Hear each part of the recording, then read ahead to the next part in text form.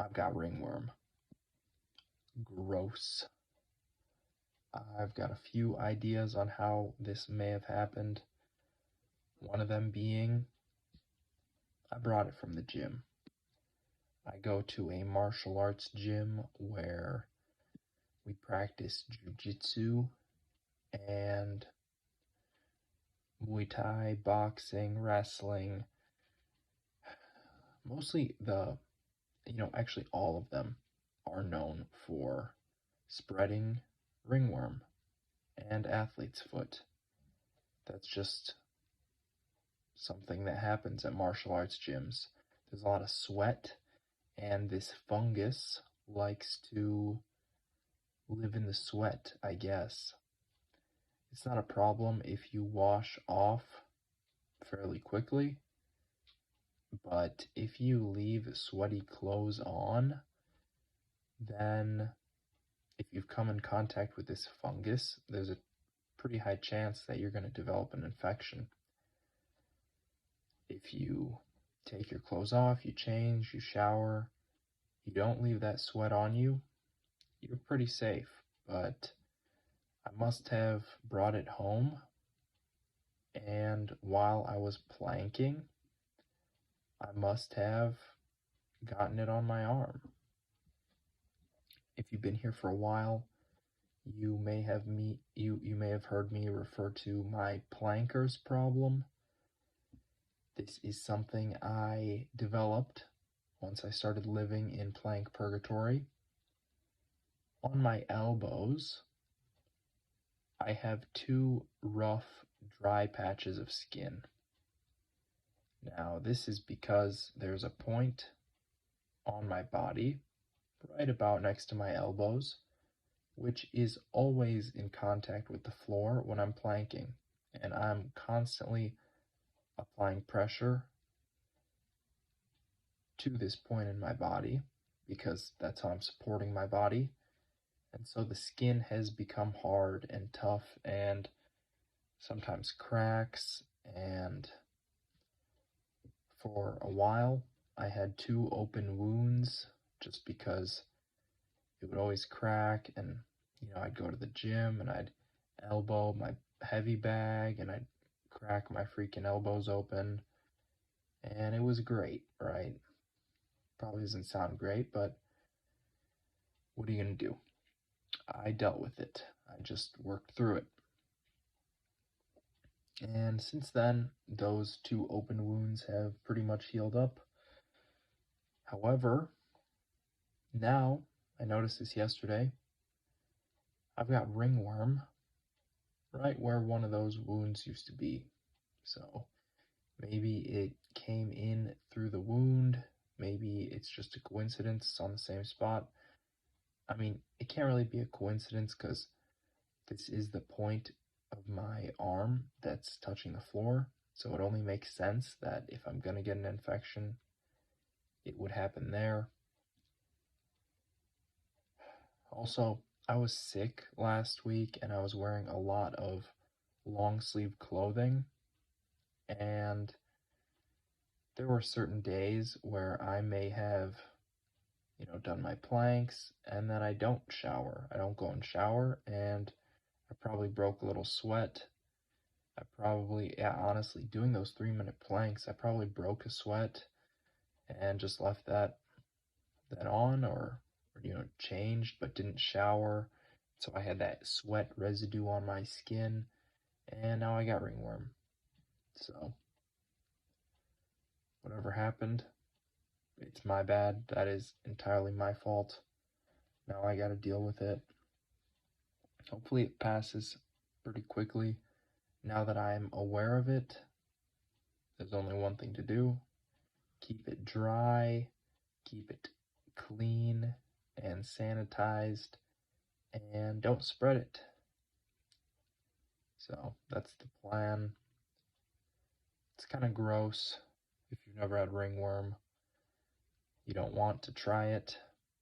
Believe me, it is itchy, and yeah, I'm not going to go into detail because it is actually pretty gross.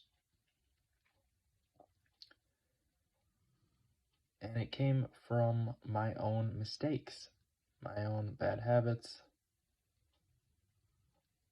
That's something I should learn from. That's what I was talking about yesterday. And I did make a tiny bit of an improvement today from yesterday. It is almost 3 a.m., so not 3 a.m. yet. I'm still up very late, but I'm up a little bit earlier than I was yesterday, which means I'm going to go to bed at least half an hour or an hour earlier than I did yesterday, which is still, honestly pretty bad considering how late it is, but it's an improvement.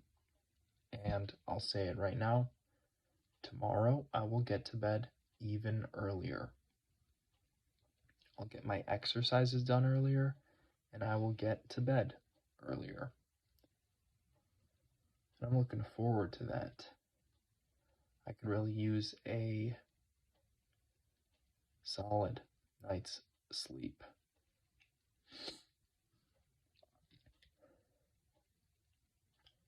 I had a cold or a flu or some kind of illness last week. I probably talked about it, but I don't remember. That was no fun. Now my dad's got something. He's got a lot of phlegm. He's got a pretty bad cough. Having trouble sleeping, like it's keeping him up at night. It's a bummer being sick. It's a bummer getting hurt and injured. But it's unavoidable, unfortunately. It is absolutely unavoidable. So it's best that you learn what to do to first prevent this kind of thing from happening, and second, how to deal with it once you've got it. Because a lot of times, what ends up happening is, first, we don't know how we got sick, and second, we don't know what to do when we're sick. And that first one will lead to getting sick more often, and the second one will lead to longer bouts of illness.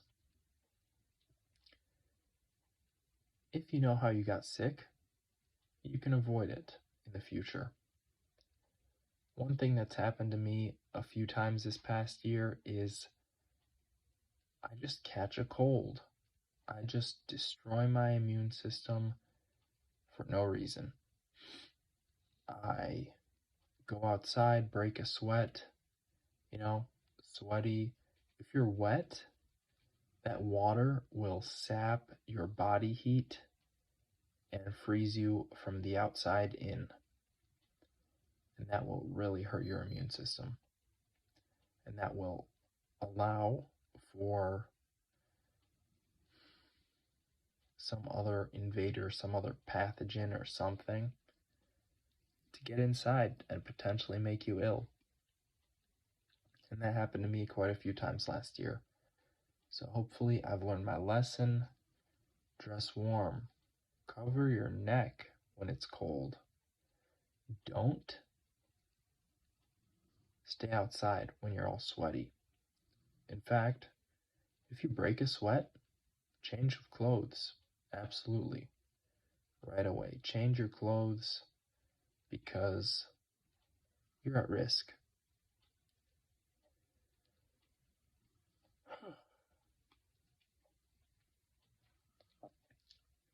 Now, there's other ways to deal with it.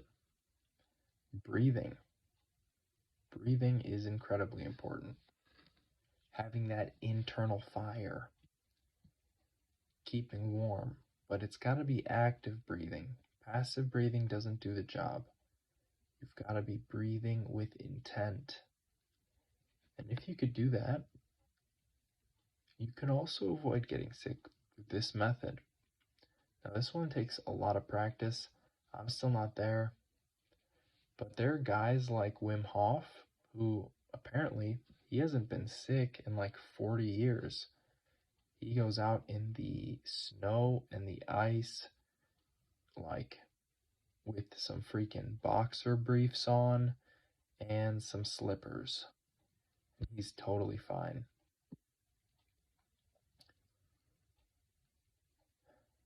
That's the goal, honestly. That'd be amazing if I get to that point. Right now, I'm dealing with some freaking ringworm because, I made some mistake. I didn't know what to do and I did something wrong. And now I got ringworm.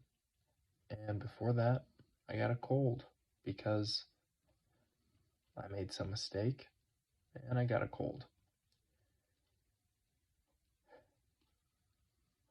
Like I said a little while ago, it's also incredibly important to know how to deal with being sick. One thing that I've found to be incredibly useful is stay active, keep moving, go for a walk. If it's really cold outside, maybe get some rest, sleep on it, have some liquids, and, well, depending on what kind of illness or sickness you've got, there are different ways to treat it, but one thing I always heard about a fever is you want to sweat it out. When you've got a fever, your body's naturally raising its temperature in order to kill off those invaders, cook them from the inside out. And you gotta sweat off a fever. You wanna break a solid sweat. That sweat is going to cool you from the outside. And once you've broken that sweat, you wanna change. You wanna cuddle up under something hot. You wanna drink some hot tea or milk or have some hot soup, hot food, right? Something that'll heat you up. Snuggle up, get under something freaking warm, sweat it out, and then change. Change of clothes, absolutely. There's other ways to deal with illness. If you've got a sore throat, one remedy that is very popular is water, salt, and baking soda. Usually I'll do a spoon per cup. So if I got half a cup of water, I'll use half a spoon of salt, half a spoon of baking soda. Mix it up. Make sure the water is like pretty warm or pretty hot, enough that you could tolerate and not get burned, but still like pretty warm or hot. And gargle it. Gargle it, spit it out, clear out your throat. That salt and that baking soda is going to disinfect and kill any bacteria that is unwanted. I also heard a buddy talk to me about this the other day. He was saying that for his sinuses, he had a sinus infection. He flushed his nose out with that exact same thing. He took some water, some baking soda, some salt, and he flushed out his nostrils. First time I've heard of someone doing that, but apparently it worked. There's a lot of old-fashioned remedies that do the job that people don't really pay attention to, or they just don't know about. These can be incredibly useful if you know them. Another one that I like, for cold sores, if you ever get a cold sore, I always put some toothpaste on it. It dries it out, and instead of having to suffer with that cold sore for 3, 4, 5 days, a week, 2 weeks, it's done in a day, max 2 days. Toothpaste dries it out real quick. I don't know what it is, but seems to work for me. There's plenty of remedies for plenty of things. first off, it's best to just prevent them, but that's not always possible. When it's not possible, it's good to know how to deal with them at the very least. Thank you for watching. I gotta go to bed.